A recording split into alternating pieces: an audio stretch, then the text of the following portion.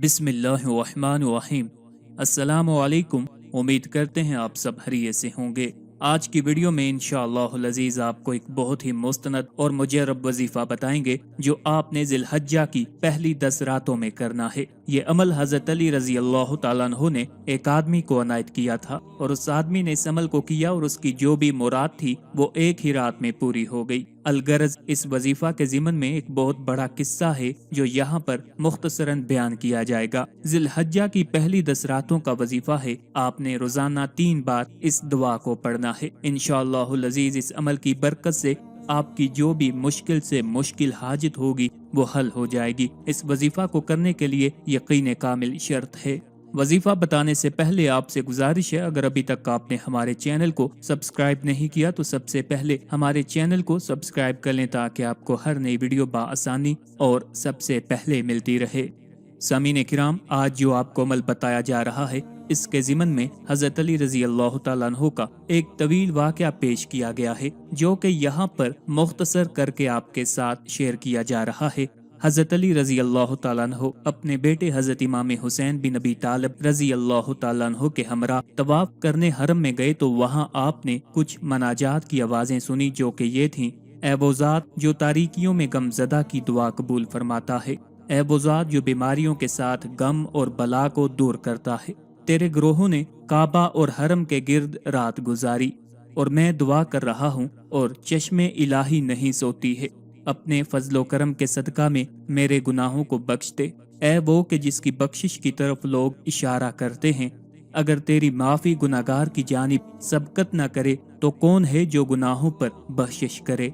तो आपने अपने बेटे हज़रत हुसैन बिन अबी तालिब को कहा कि आप जरा इस आदमी को ढूंढकर मेरे पास ले आएं। जब वो आदमी आया तो हज़रत अली रज़ी अल्लाह तआला अन्हु ने उसका नाम पूछा तो उसने अपना नाम मनाजिल बिन लाहक बताया। मनाजिल ने अपना किस्सा सुनाया कि मैं ऐशो इशरत की जिंदगी गुजार रहा था। मेरे वालिद मुझे रोकते थे, कहते थे बेटा अल्लाह की नाफरमानी ना करो। जब वो मुझे रोकते तो मैं उन्हें मारता पीटता। आखिरकार वो तंग आकर हरम में गए और उन्होंने काबा के पर्दे को पकड़कर मेरे लिए बद्दुआ की, जिसकी वजह से मेरा दाना पहलू यानी बाजू शल हो गया, यानी मफलूज हो गया। तो हज़रत अली रज़ी अल्लाह तआला अन्हु ने उसे कहा कि मैं तुम्हें एक ऐसी दुआ बताता हूँ जो रसूल अल्लाह सल्लल्लाहु अलैहि वसल्लम ने मुझे बताई थी और आप सल्लल्लाहु अलैहि वसल्लम ने फरमाया कि कोई भी मुस्तरब ऐसा नहीं जिसने इस दुआ को पढ़कर अल्लाह ताला से अपनी हाजत मांगी हो और उसकी हाजत दूर न की गई हो, उसे वो पेश न किया गया हो जिसके लिए उसने इस दुआ को पढ़ा। मनाजिल ने उस दुआ को पढ़कर अल्लाह से दुआ की तो अल्लाह ताला ने उसे उसी रात तंदुरुस्त कर दिया, यानी कि उसका जो दाना पहलू था उसे ठीक कर दिया। समीन, आपने ज़िलहज्जा की पहली 10 रातों को इशा की नमाज के बाद 2 रकत नमाज नफल पढ़ने हैं, अपने तमाम साबका गुनाहों की माफ़ी मांगनी है और उसके बाद आपने 3 बार अव्वल व आखिर दुरूद इब्राहिमी पढ़ना है और उसके बाद आपने 3 बार ये दुआ पढ़नी है जो कि उर्दू में स्क्रीन पर आ रही है। इलाही, ऐ पोशीदा चीज़ों के जानने वाले, ऐ वो ज़ात जिसकी कुदरत से आसमान बनाए गए और ऐ वो ज़ात जिसकी कुदरत से ज़मीन बिछाई गई, ऐ वो ज़ात जिसके नूर जलाल से सूरज और चांद रोशन और पुरनूर हैं, ऐ वो ज़ात जिसकी तवज्जो हर पाक नफ्स की तरफ होती है, ऐ वो ज़ात जो हिरासां और तरसां लोगों को खौफ से तस्कीन देने वाली है, ऐ वो ज़ात जिसके यहाँ महलूक की हाजतें पूरी होती हैं, ऐ वो ज़ात जिसने निजात बख्शी यूसुफ को गुलामी की जिल्लत से, ऐ वो ज़ात के जिसका कोई दरबान नहीं जिसको पुकारा जाए और ना कोई मुसाहिब है जिसके पास हाजिरी दी जाए और ना कोई वजीर है कि जिसको नज़र पेश की जाए और ना ही तेरे अलावा कोई और रब है कि जिससे दुआ की जाए, ऐ वो कि जिसका करम और जूद हाजतों की कसरत के बावजूद बढ़ता ही जाता है। मैं तो इससे दरखास्त करता हूँ कि हज़रत मोहम्मद सल्लल्लाहु अलैहि वसल्लम और आप सल्लल्लाहु अलैहि वसल्लम की आल पर रहमत नाजिल फरमा और मुझे मेरी मुराद अता कर, बेशक तू हर चीज़ पर कादिर है। इलाही, ऐ पोशीदा चीज़ों के जानने वाले, ऐ वो ज़ात जिसकी कुदरत से आसमान बनाए गए और ऐ वो ज़ात जिसकी कुदरत से ज़मीन बिछाई गई, ऐ वो ज़ात जिसके नूर जलाल से सूरज और चांद रोशन और पुरनूर हैं, ऐ वो ज़ात जिसकी तवज्जो हर पाक नफ्स की तरफ होती है, ऐ वो ज़ात जो हिरासां और तरसां लोगों को खौफ से तस्कीन देने वाली है, ऐ वो ज़ात जिसके यहाँ महलूक की हाजतें पूरी होती हैं, ऐ वो ज़ात जिसने निजात बख्शी यूसुफ को गुलामी की जिल्लत से, اے وہ ذات کہ جس کا کوئی دربان نہیں جس کو پکارا جائے، اور نہ کوئی مصاحب ہے جس کے پاس حاضری دی جائے،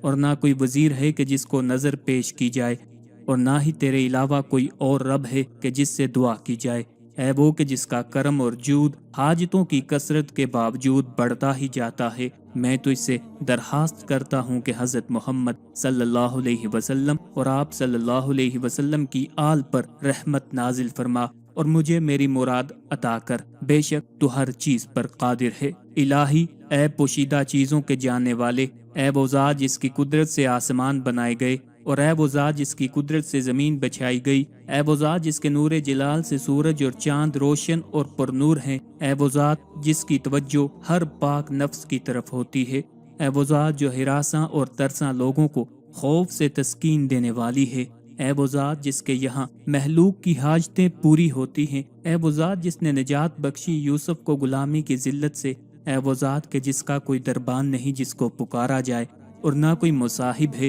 جس کے پاس حاضری دی جائے، اور نہ کوئی وزیر ہے کہ جس کو نظر پیش کی جائے، اور نہ ہی تیرے علاوہ کوئی اور رب ہے کہ جس سے دعا کی جائے۔ اے وہ کہ جس کا کرم اور جود حاجتوں کی کثرت کے باوجود بڑھتا ہی جاتا ہے، میں تو اس سے درخواست کرتا ہوں کہ حضرت محمد صلی اللہ علیہ وسلم اور آپ صلی اللہ علیہ وسلم کی آل پر رحمت نازل فرما اور مجھے میری مراد عطا کر، بے شک تو ہر چیز پر قادر ہے۔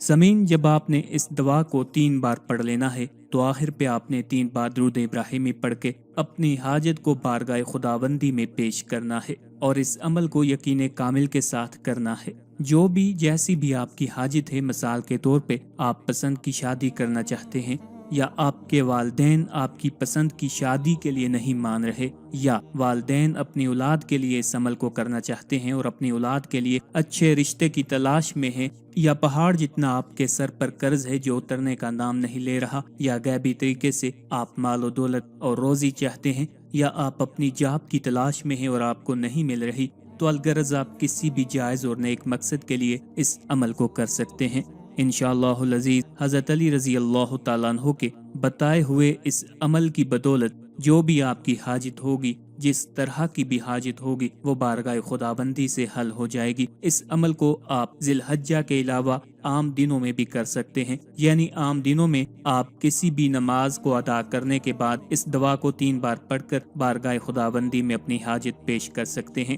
یاد رکھیں کہ اس عمل کو کرتے ہوئے آپ نے اول اور آخر 3 بار درود ابراہیمی لازمی پڑھ لینا ہے، کیونکہ درود وہ واحد عبادت ہے جو زبان سے جاری ہوتے ہی بارگاہ خداوندی میں قبول ہو جاتی ہے۔ آخر پہ آپ سے التماس ہے ہمارے وظائف کو عملیات کو اپنے دوستوں، اپنے چاہنے والوں کے ساتھ بھی شیئر کیا کریں تاکہ زیادہ سے زیادہ لوگ ان سے استفادہ حاصل کر سکیں۔ اللہ تعالی ہم سب کا حامی و ناصر ہو۔